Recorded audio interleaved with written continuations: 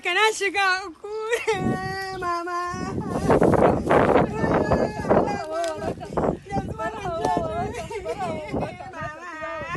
Mama cutar kanta mau gare ki.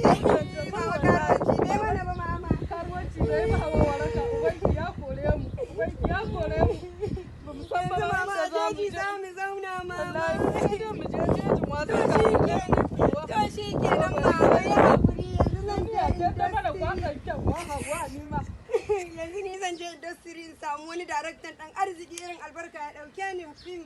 Tunda mama ke karuwa ce ni kuma na iya acting din karuwa zan je ni in yi tunda su ba su da wanda suka iya acting din karuwa a industry. Shikenan mama dan Allah ki hakuri kar ki mutu in dawo. Wataƙila in na je ni in samu wanda zai dauke ni in yi harkar film. Wayo Allah wannan ke ni ma zani.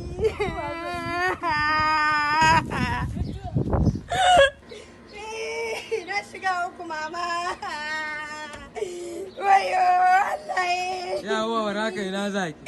Wallahi industry Kano zani in je ni industry ina son in samu wanda zai sani a Hausa film saboda baba ta karuwa ce kuma ni na iya acting din karuwa dan Allah in ka sani ka taimaka ka nuna mini wallahi na iya acting din karuwa bara ma in nuna maka kaga idan na maka haka ina nufin 0 in na maka haka ina nufin 2 idan na maka haka ina nufin 8 to a haka nake ba da lambobi na karuwan da suka sani su ma sun sani ni ma a wajen babata na gani ka san babata karuwa ce kuma yanzu ma idan kana so sai in maka rawar karuwan ka gani ke Hauwa Waraka har yanzu biki gama wanke-wanken ba na je na tsinto ki na rufa miki asiri yar yawon maula wallahi na daga gani ki tsintacciyar mage wallahi tallahi ba ta mage ki gama mini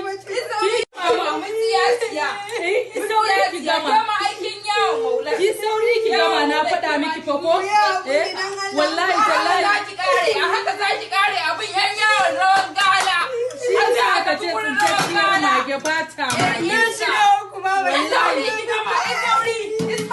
wallahi ki sauri ki gama wannan doron da kika yi din na yunwa ne wallahi baba ta ce ta janyo baba ta yo gado ne nono alƙali kin sha a nonanta nono alƙali nono ne ya nuna nono alƙali wallahi na kare